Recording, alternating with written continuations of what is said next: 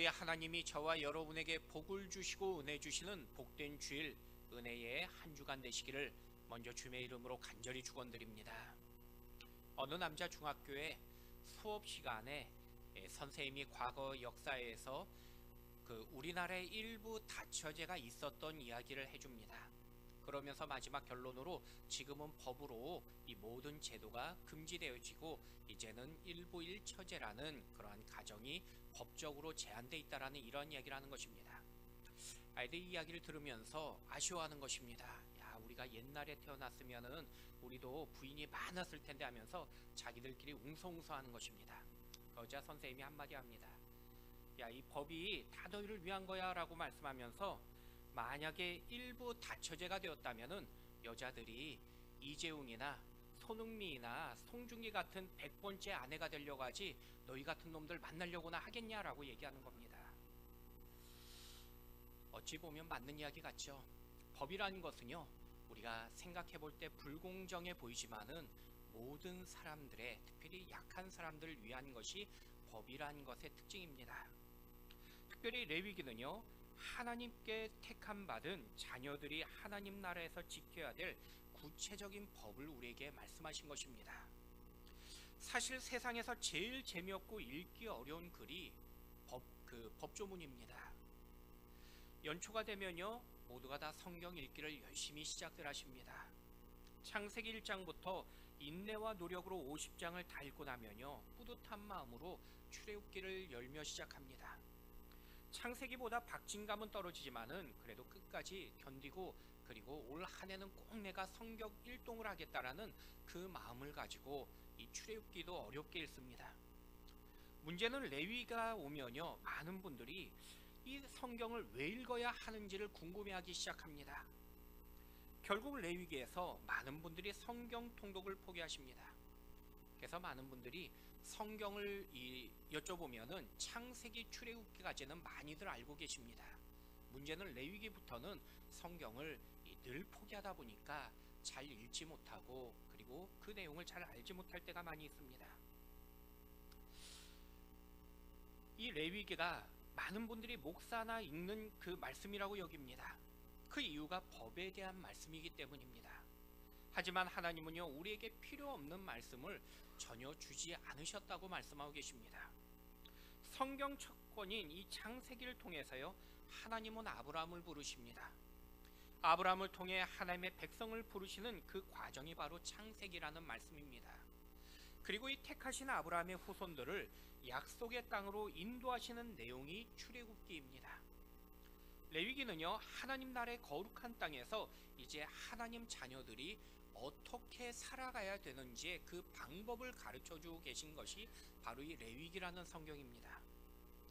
그래서 총 레위기는요, 27장으로 구성된 이 말씀인데 1장부터 16장까지는요, 하나님과의 수직적인 관계를 우리가 어떻게 해야 되는지를 말씀하고 계십니다. 바로 그것이 예배법으로 우리에게 말씀하신 것입니다. 어떻게 예배할 때 하나님이 그 예배를 기뻐 받으시는지를 우리에게 그 방법과 설명을 말씀하신 것입니다. 그리고 이어서 17장부터 27장까지는 하나님 백성들 간의 수평적인 우리가 어떻게 살 것인지를 가르쳐 주신 말씀입니다. 이 땅에서 우리가 가정과 결혼과 그리고 이웃과의 관계를 우리는 어떻게 살아가야 될지를 세상적 가치관이 아니라 하나님적 가치관과 하나님의 법을 우리에게 말씀하며 가르쳐 주신 것입니다. 그것이 바로 레위기라는 성경입니다. 그래서 레위기는요, 하나님께서 가장 기뻐하는 그 방법, 그 비결을 우리에게 법으로서 우리에게 말씀해 주신 것입니다. 저는 하나님의 자녀로서 하나님의 오늘 주어진 법이 여러분에게 축복이 되어지며 또 기쁨이 되어지는 오늘 이 한 주간의 시작이 되시기를 다시 한번 주님의 이름으로 간절히 축원드립니다. 그렇다면 가정의 달 마지막 주일을 보내는 오늘 하나님의 자녀로서요, 우리는 어떻게 살아야 한다고 오늘 본문은 우리에게 말씀하고 계실까요? 첫 번째는요, 주님의 말씀을 지켜 행하라고 말씀하고 계십니다. 우리 읽었지만 22절 말씀 다시 한번 같이 읽어보도록 하겠습니다. 너희는 나의 모든 규례와 법도를 지켜 행하라. 그리하여야 내가 너희를 인도하여 거주하게 하는 땅이 너희를 토하지 아니하리라. 하나님께서 법을 우리에게 주시고요, 그 법을 지키라라고 말씀하고 계십니다. 그런데 본문에서 여기 주목해야 될 단어가 하나 있습니다. 바로 모든이란 단어입니다. 하나님께서 법에 대하여 선택권을 우리에게 주신 것이 아니라는 것입니다. 하나님은요, 내 마음에 드는 것은 지켜도 되고 하나님 주셨지만은 또 내 마음에 불편한 것은 지나쳐도 된다라고 말씀하신 것이 아니라는 것입니다. 때로는 하나님 말씀을 들으면요, 또 읽을 때에 이해할 수 없을 때가 있습니다. 아니, 하나님께서 주신 법이 내 삶의 지금의 현장이나 삶의 그 상황 속에서 너무나 그 말씀이 나와 주어진 말씀이 다르다라고 여길 때가 있더라는 것입니다. 그럼에도 하나님은요, 오늘 말씀을 통해서 우리에게 주어진 그 모든 말씀, 모든 법을 지켜 행하라라고 말씀하고 계신 것입니다. 제가 미국에서 공부할 때 종종 한국에서 오신 부흥 강사 목사님들이 간혹 저에게 워싱턴 안에 개고기를 파는 집이 있냐라고 묻는 것입니다.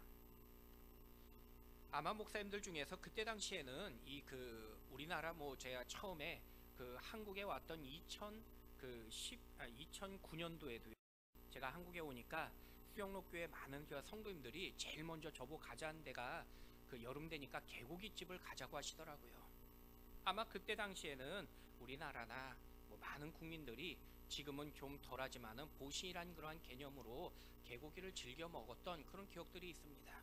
그래서 그랬는지 강사 목사님들이 오시면은 꼭 저에게 묻는 것이 아마 진짜로 먹는 그러한 생각도 있겠지만은 궁금해서 아마 그렇게 많이 물어보셨던 것 같습니다. 그런데 미국에서는요, 개 먹으면 감옥 갑니다. 아니, 개를 잡는 것은 둘째치고요, 개를 굶기거나요, 아니면 개를 혼자 집에 두면요, 그 개 주인이 감옥을 가는 걸 보게 됩니다. 그래서 우스갯소리로 미국에서 개팔자가 사람보다 나은 상팔자라고 그렇게 말씀들 하신 걸 들은 적도 있습니다.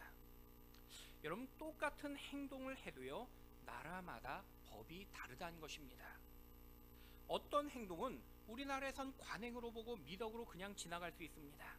하지만 어떤 나라에서는 똑같은 행동이 심각한 중범죄로 처벌받을 수도 있다는 것입니다.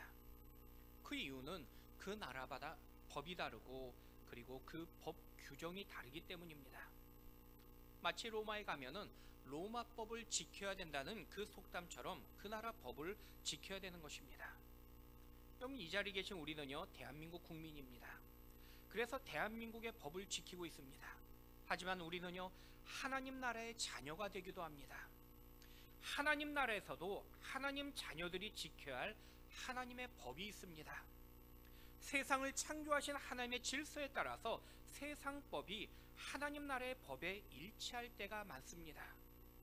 하지만 인간의 죄로 말미암아 세상 법이 죄악으로 물들고 오염된 법들도 있습니다. 그래서 이 땅의 모든 법이 반드시 하나님 나라의 법과 모두 일치하는 것은 아니라는 것입니다. 문제는 하나님 자녀로서 세상의 법과 하나님 나라의 법이 다를 때 우리의 상황 속에서 그런 문제를 경험할 때가 있습니다. 우리는 어떤 법을 지켜야 되는 것이며 무엇을 우선해야 할지를 고민할 때가 있습니다. 그러나 우리는요, 하나님 나라가 우리의 본국이고요, 세상은 잠시 지나가는 순례자라고 말씀하고 계십니다. 이 땅의 법을 지켜야 하지만은 하나님 나라 법이 우리에게 절대적이며 우선적이라고 성경은 우리에게 가르쳐주고 계신 것입니다. 세상과 다르지만은 하나님 나라의 법을 지켜야 하는 그 이유는요, 우리 삶을 하나님께서 친히 울타리로서 지켜주고 계시기 때문이라는 것입니다. 본문 22절에서 하나님의 법을 모두 지키라고 말씀하십니다. 그리고 지켜야 될 본문의 구체적인 그 규범을 앞서 10절부터 읽지 않았지만요, 21절까지 이미 말씀하십니다. 그런데 10절부터 21절은요, 특별히 성적인 문제에 대한 규범들을 말씀하고 계십니다. 여러분, 하나님께서 이 땅에 세우신 두 가지 거룩한 제도가 있습니다. 바로 가정과 교회라는 것입니다. 가정과 교회를 하나님께서 모든 인간들에게 주신 거룩한 제도라는 것입니다. 그런데 오늘날 가정이 무너지는 이유는요, 그 이유 중 하나가 바로 이러한 성적인 문제 때문이라는 것입니다. 성적인 문제가 가정을 무너뜨리고 사람들 간의 관계를 무너뜨린 것을 발견하게 됩니다. 그럼에도 사람들은요, 유독 성적인 문제에 관대한 걸 보게 됩니다. 법적으로도 관대하고요, 심지어 성적으로 자유로운 사람을 보면서 저 사람은 의식이 깨었다라고 그렇게 주장하기도 합니다. 얼마 전 언론에서 서울의 한 판사가 룸사롱이라는 곳에서 접대받았다는 그러한 신문기사를 보았습니다. 문제는 한 유명인이 판사를 옹호한다는 말이 요즘 50대 남자는 모두가 룸사롱을 한 번 이상 가봤다라고 그렇게 주장하는 것입니다. 세상의 가치관으로 문제가 아니라고 주장했던 것입니다. 아니, 사람들 말처럼 세상의 법과 가치관으로 문제가 되지 않을지는 모르겠습니다. 아니, 심지어 성을 세상과 공유한 것으로 여기면서 그것을 당연시 생각할 수도 있습니다. 하지만 하나님은요, 세상의 법이나 가치관과 다른 하나님의 법으로 우리에게 이미 말씀하고 계신 것입니다. 그래서 하나님은요, 인간에게 주신 성은 오직 부부만이 누리는 축복이라고 우리에게 말씀하고 계십니다. 반대로 하나님께서 우리에게 주신 그 하나님의 법을 우리가 지켰을 때에 우리의 육신과 영혼이 건강하고 가정이 안전하다고 우리에게 말씀하고 계신 것입니다. 그래서 하나님은요, 우리에게 법을 주셨는데 그 모든 법을 우리가 지켜 행하라고 우리에게 말씀하며 명령하셨던 것입니다. 여러분, 본문의 명령을 넘어서서 주님은요, 수많은 명령들을 우리에게 이미 말씀해 주십니다. 레위기를 통해서 이 시대를 살아가는 우리가 지켜야 될 그 법들을 우리에게 가르쳐 주시며 말씀하셨던 것입니다. 예를 들어 하나님은요, 안식일을 하나님의 날로 거룩하게 지키라고 오늘도 저와 여러분에게 말씀하고 계십니다. 주어진 6일 동안 우리가 임의로 사용할 수 있지만은 주일은 주님만을 위하여 우리는 영광된 삶을 지키며 그리고 기념해야 된다고 말씀하신 것입니다. 예배를 통해서 우리에게 참된 육신과 영혼의 생명을 쉼을 가르쳐 주고 계신 것입니다. 뿐만 아니라 소득의 10분의 1을 하나님께 드리라고 말씀하고 계십니다. 하나님께서 우리에게 주신 그 소득의 9을 우리가 임의로 사용할 수 있지만은 하나는 주님께 드리라는 것입니다.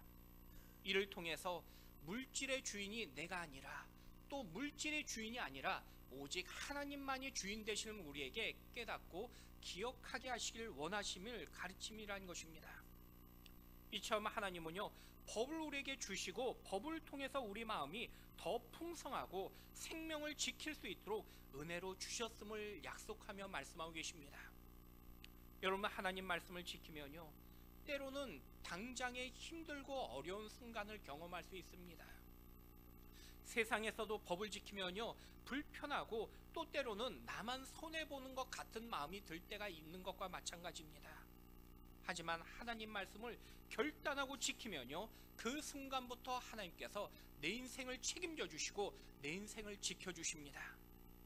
결국 내 인생은요, 더 큰 복을 누리며 또 하나님의 영광을 누리는 비결이 되는 것을 약속하며 말씀하고 계십니다.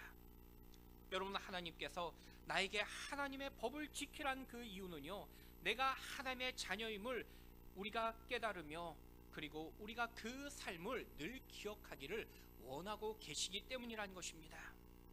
내가 하나님의 말씀을 지킴으로 인하여 내가 하나님 자녀됨을 기억하며 하나님께서 나를 책임져 주시는 인생이라는 그 확신 가운데 우리는 흔들림 없이 세상 풍파를 이겨낼 수 있기 때문이라는 것입니다. 그래서 신명기 11장 26절부터 28절에 하나님께서 우리에게 축복하며 이렇게 말씀하십니다. 우리 같이 한번 읽어보도록 하겠습니다. 내가 오늘 복과 저주를 너희 앞에 두나니 너희가 만일 내가 오늘 너희에게 명하는 너희 하나님 여호와의 명령을 들으며 축복이 될 것이요, 너희가 만일 내가 오늘 너희에게 명령하는 도에서 돌이켜 떠나 너희 하나님 여호와의 명령을 듣지 아니하고 본래 알지 못하던 다른 신들을 따르면 저주를 받으리라. 여러분, 하나님의 말씀을 우리는 듣고 반드시 지켜 행해야 됨을 말씀하고 계십니다. 하나님 말씀을 지키는데 선택이 아니라 모든 것을 지키라고 우리에게 말씀하고 계십니다. 내가 임의로 가감하지 말고 온전히 지키고 순종하라고 주님은 우리에게 강조하며 말씀하고 계십니다. 그러면 하나님은요, 온전하게 순종하는 내 인생을 주님께서 친히 책임져 주신다고 약속하십니다. 여러분, 모든 것을 하나님 말씀에 전적으로 순종하며 또 오직 말씀대로 모든 것을 지켜 행하시는 오늘 저와 여러분의 복된 삶이 되시기를 주의 이름으로 간절히 축원드립니다. 두 번째는요, 또한 세상의 것들을 이제는 따르지 말라라고 말씀하십니다. 우리 23절 말씀 같이 한번 읽어보도록 하겠습니다. 너희는 내가 너희 앞에서 쫓아내는 족속의 풍속을 따르지 말라. 그들이 이 모든 일을 행함으로 내가 그들을 가증히 여기노라. 여러분, 하나님께서 우리에게 레위기 또 법을 말씀하셨을 때 두 가지의 명령을 하십니다. 첫 번째는 앞서 드린 말씀처럼 지켜 행하라 라는 말씀입니다. 두 번째의 말씀은 그 일에 대해 결코 행하지 말라라고 말씀하십니다. 오늘 두 번째 말씀으로 하나님은요, 하나님이 쫓아내는 족속의 풍속을 따르지 말라라고 말씀하십니다. 본문은요, 하나님께서 가나안 땅 족속들의 이 풍속을 따르지 말 것을 우리에게 말씀하고 계신 것입니다. 출애굽기 말씀을 보시면요, 하나님께서 처음 모세를 부르십니다. 그리고 이스라엘 백성들을 애굽에서 이끌어내시며 약속의 땅으로 인도하실 거라고 약속하십니다. 그런데 그 약속의 땅이며 정착할 가나안 땅을 성경은요, 이렇게 묘사하며 말씀하십니다. 우리 출애굽기 3장 17절 말씀 같이 한번 읽어보겠습니다. 내가 말하였거니와 내가 너희를 애굽의 고난 중에서 인도하여 내어 적과 꿀이 흐르는 땅 곧 가나안 족속, 헷 족속, 아모리 족속, 브리스 족속, 여호수 족속의 땅으로 올라가게 하리라. 여러분, 하나님께서 모세에게 말씀하신 그 가나안 땅은요, 축복의 땅입니다. 그러나 그 약속의 땅인 이 가나안 땅에는요, 이미 수많은 족속들이 존재하며 살고 있었습니다. 그런데 하나님께서 이 가나안 족속들이 이미 살고 있는 그 땅을 향해서 적과 꿀이 흐르는 약속의 땅이라고 이스라엘 백성들에게 말씀하셨던 것입니다. 당시 가나안 땅이 아닌 다른 빈 땅들도 많이 있었습니다. 그런데 하나님께서 굳이 가나안 땅으로 이스라엘을 인도하셨던 것입니다. 약속의 땅에 가나안 민족들이 있었지만은 하나님께서 가나안 백성들을 택하지 않으시고 이방인이었던 이 아브라함의 후손들을 하나님께서 택하셨던 것입니다. 그리고 그 땅으로 인도하시는 것입니다. 우리가 생각할 때 조금 이해가 되지 않는 것이, 아니, 하나님께서 가나안 땅을 축복하셨는데 그 땅에 그 사람들은 축복하지 아니하시고 하나님이 버리셨다고 말씀하신 것입니다. 여러분, 하나님께서 가나안 족속들을 버리셨던 그 이유를 성경은요, 그들의 삶이 가증했기 때문이라고 오늘 성경은 말씀하고 계십니다. 본문 23절에서 가나안 족속들의 모습을 성경은 한 단어로 표현하고 있는데 바로 가증히라는 그런 단어로 설명하고 있는 것입니다. 여기 가증하다는 뜻의 의미는요, 하나님께서 보실 때에 너무나 혐오스럽고 그리고 그 모습이 불편함을 말씀하고 계신 것입니다. 가나안 족속들은요, 하나님께서 가장 혐오하고 싫어했던 모습으로 그들은 그 땅에서 살았던 것입니다. 그래서 하나님의 자녀들에게 이 가증한 이 가나안 족속처럼 그렇게 살지 말라라고, 하지 말라라고 지금 본문에 두 번째로 명령하며 말씀하고 계신 것입니다. 특별히 그들의 하지 말라는 그 명령의 구체적인 내용을 보면요, 10절의 간통죄와 11절과 12절의 근신상관, 13절과 14절에 보니까요 동성연애, 그리고 15절과 16절 말씀에 보니까 수간이 등장합니다. 그리고 17절부터 21절까지는요 다시 한번 근친상간과 그리고 정결에 대한 법들을 말씀하시면서 가나안 족속들이 행했던 이 모든 가증한 일들을 너희는 결코 그 땅에서 행하지 말라라고 말씀하며 명령하고 계신 것입니다. 본문을 보면요, 특별히 이 레위기 20장 말씀 속에서 근친상간에 관한 이야기가 가장 많이 등장하고요, 그 다음에 동성연애와 심지어 수간이란 단어가 등장합니다. 아마 여기 계신 분들 중에서 수간이란 말을 처음 듣는 분도 계실 것입니다. 근데 이 숫자가 짐승 숫자입니다. 다시 말씀드려 수간이라는 건요, 짐승과 인간이 성적인 관계를 갖는 것을 말씀하고 계신 것입니다. 우리가 들을 때 상상할 수도 없는 이야기지만요, 3300년 전 이 가나안 족속들은 일상의 삶이 바로 그들의 모습이 수간과 같은 그런 모습이었습니다. 시아버지와 며느리가, 또 사위와 장모가 성적인 관계를 가졌고요, 어린 남자와 늙은 남자가 동성연애를 했던 것이 바로 이 가나안 족속들입니다. 아니, 이런 짐승 같은 모습 속에서 심지어 짐승과도 성적인 관계를 가졌던 것입니다. 그래서 하나님은요, 이 가증했던 가나안 족속들을 참고 인내하며 여러 번 경고하셨지만은 그들은 돌이키지 않음으로 인하여 하나님은 하나님의 자녀로서 이 가나안 족속을 하나님은 심판케 하셨던 것입니다. 그리고 이제 하나님의 자녀들에게 너희는 가증했던 가나안 족속처럼 저렇게 행하지 말라라고 구체적으로 주님은 말씀하셨던 것입니다. 당시의 귀신의 문화이며 성적으로 타락했던 문화를 너희는 하나님의 자녀됨으로 흉내도 내지 말라고 말씀하셨던 것입니다. 제가 대학 시절에 그 호주 시드니에서 1년 동안 생활했던 적이 있습니다. 그때 처음 이 호주에 갔던 저에게 그 같은 학교에 그 랭귀지 스쿨에 있는 학교의 한국 분들이 시드니의 킹스 크로스라는 거리를 꼭 한번 가서 구경해 보라는 것입니다. 가보니까요, 도시의 화려함과 자연의 그 평온함이 함께 어울리는 아름다운 곳이었습니다.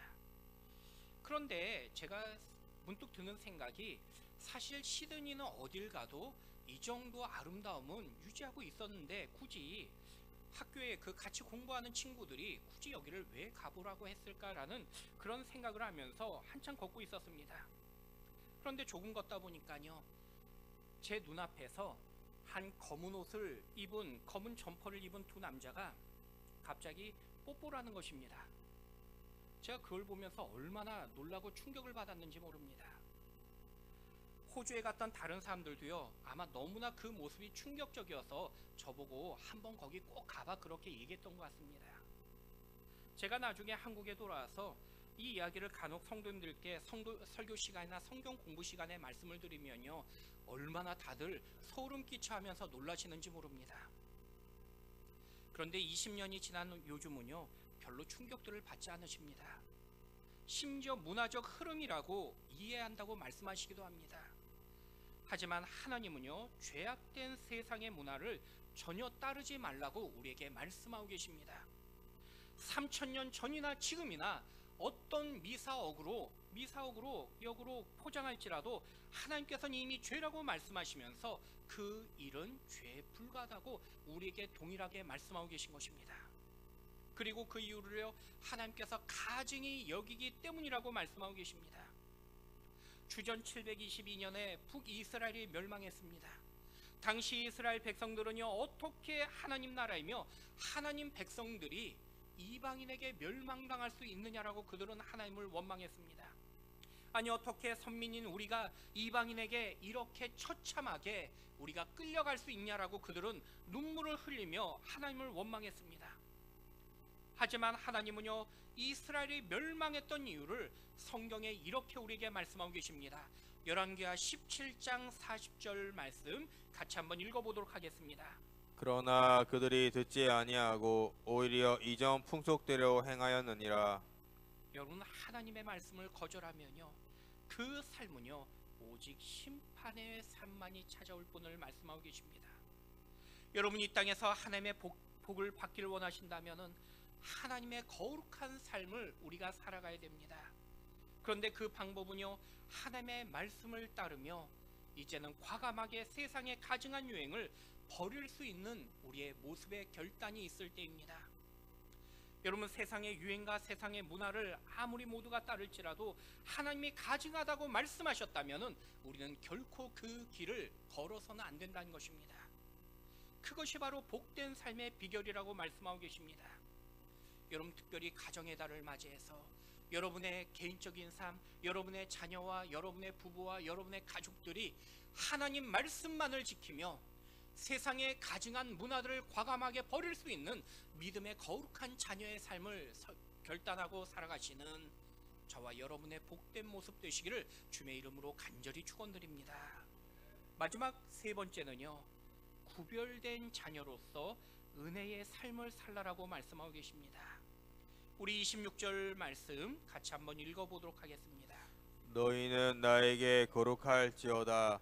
이는 나 여호와고 거룩하고 내가 또 너희를 나의 소유로 삼으려고 너희를 만민 중에서 구별하였음이니라. 결론적으로 하나님은요, 저와 여러분을 향해서 너희는 나에게 거룩할지어다 라고 말씀하고 계십니다. 하나님의 자녀로서 거룩하신 주님을 닮아가야 되는 우리의 삶을 말씀하고 계신 것입니다. 특별히 본문은요, 거룩한 예로서 25절에 정한 짐승과 부정한 짐승을 예로서 말씀해 주고 계십니다. 여기 정한 짐승이란 말은요, 깨끗한 짐승이고요, 부정한 짐승이란 말은 더러운 짐승이란 뜻입니다. 그런데 이상한 것은요, 여러분 여기 보시면 정한 짐승이나 부정한 짐승 모두가 하나님께서 친히 모두 만드신 짐승들이라는 것입니다. 그런데 이상한 것은요, 정한 짐승이나 부정한 짐승, 하나님께서 모두가 구별하도록 하나님께서 정해버렸다는 것입니다. 여기서 부정한 짐승이란 단지 더럽거나 하나님이 만들지 않아서 부정한 짐승이 된 것은 결코 아니라는 것입니다. 하나님께서 정한 것과 부정한 것으로 구별하였기 때문에 정한 것이 되고 부정한 것이 되었을 뿐이라는 것입니다. 여러분, 이스라엘도 마찬가지였습니다. 이스라엘 백성들이 처음부터 죄가 없고요, 그들이 거룩했기 때문에 하나님이 그들을 택하시고 거룩한 자라고 말씀하신 것이 결코 아니라는 것입니다. 단지 그들이 선민이 될 수 있었던 이유는 하나님께서 택하여 주셨기 때문인 것입니다. 여러분, 우리가 거룩한 백성이며 우리가 하나님의 자녀가 된 이유는요, 내가 다른 사람보다 조금 더 의롭고 내가 좀 더 공의롭기 때문이 아니라는 것입니다. 내가 처음부터 남다른 삶을 살았기 때문에 우리가 거룩한 것이 아니라 단지 하나님은 그 이유를 모르지만요, 저와 여러분을 택하셨다라고 말씀하고 계십니다. 나를 구별하였기 때문에 거룩한 자가 되었다라고 말씀하고 계십니다. 우리는 그것을요, 은혜라고 고백하는 것입니다. 내 힘과 내 노력이 아니라 단지 하나님의 은혜로서 우리는 택함 받은 인생이라는 것입니다. 그래서 먼저 우리는요, 모든 것이 하나님의 은혜라는 사실을 우리는 고백하며, 그리고 그 은혜를 알면요, 우리는 겸손할 수밖에 없다는 것입니다. 나보다 나은 사람이 많이 있지만은 연약한 나를 택하신 그 은혜에 우리는 감사할 수밖에 없습니다. 그래서 우리 삶이 늘 감사의 삶을 살아가는 것입니다. 여러분, 하나님은요, 나에게 이제 구별된 삶을 살라고 말씀하십니다. 어둡고 부정한 세상 속에서 거룩한 삶으로 우리가 거룩하게 살아가는 그 책임을 명령하고 계십니다. 그런데 그 이유는요, 우리가 의무감과 그리고 법적인 부담감이 아니라 우리는 그 은혜의 감사의 반응으로서 우리는 그 법을 주신 은혜를 우리는 지켜가며 이제는 거룩한 자녀의 합당한 삶을 살아가는 것입니다. 여러분, 세상에서요, 왕자와 공주가 만약에 그 직분에 맞는 그러한 삶을 살지 않으면요, 사람들은 그들을 보면서 왕자답지 못하고 공주답지 못하다라고 그렇게 이야기합니다. 하물며 우리를 보며 하나님은요, 하늘의 거룩한 자녀이며 하나님 나라의 왕자이며 공주라고 말씀하고 계십니다. 그래서 우리는 마땅히 우리는 거룩한 자의 삶을 살아야 된다고 우리에게 말씀하고 계신 것입니다. 여러분, 우리가 예수님을 믿고요, 은혜 받았다고 우리는 말씀하십니다. 내가 은혜 받았다는 것은요, 이제 내가 은혜의 삶을 살겠다는 그러한 고백의 선포인 것입니다. 그 은혜의 삶은요, 분명 세상과는 구별되는 삶이 될 수밖에 없습니다. 하나님의 은혜는 세상의 죄악된 삶과 다를 수밖에 없기 때문입니다. 그래서 세상에서 은혜의 삶을 살아가기라는 것은요, 결코 쉽지 않은 선택이 되는 것입니다. 그러나 내가 세상에 속한 자가 아니라 저 영원한 하나님 나라에 속한 인생이라는 사실을 우리는 기억하며 그리고 감사의 마음으로 산다면은 여러분, 우리는요, 결코 하나님 나라의 그 말씀을 포기하지 않게 되는 것입니다. 하나님 나라의 능력이 우리에게 소망이 되기 때문이라는 것입니다. 여러분, 이 한 주간에도 세상 속의 그리스도인으로서 세상과 구별되어지는 하나님의 그 은혜의 삶을 살아가시는 저와 여러분 되시기를 우리 주의 이름으로 간절히 축원드립니다. 이제 말씀을 마무리하겠습니다. 5월을 가정의 달이라고 말씀들 하십니다. 어린이날, 어버이날, 스승의 날, 성년의 날, 그리고 부부의 날이 5월에 모두 있기 때문입니다. 미국도 5월을 가정의 달이라고 말씀들 하십니다. 그런데 가정의 달인 5월을 보내는 미국 사람들은요, 우리와 다른 기념일이 하나 더 있습니다. 바로 매 5월 첫 번째 목요일마다 기념하는 국가 기도의 날입니다. 미국 국가 기도의 날은요, 1864년 에브라함 링컨 대통령이 국가 금식 기도의 날을 처음 제정함으로 시작되어졌고요. 1952년 미국 의회가 트루먼 대통령에게 제안하여 제정된 국가 기념일이 바로 이 국가 기도의 날입니다. 올해까지 미국 국민들은 국가 가정을 위해서 기도하는 그 전통을 지금도 지켜오고 있습니다. 그런데 미국인들이 이처럼 기도를 강조했던 1863년과 1952년의 공통적인 사건들이 있습니다. 전쟁이 끝나고 미국이 가장 힘들고 어려웠던 순간들이었습니다. 경제, 정치 그리고 사회의 모든 것들이 혼란에 빠져서 교회와 심지어 그리스도인들조차도 어떻게 살아야 될지를 그 방향을 잡지 못할 때였습니다. 그런데 그 순간에 그들의 조상들이 처음 가졌던 그 청교도 신앙을 생각합니다. 청교도처럼 말씀으로 가정과 국가가 다시 회복돼야 된다고 그들은 생각했던 것입니다.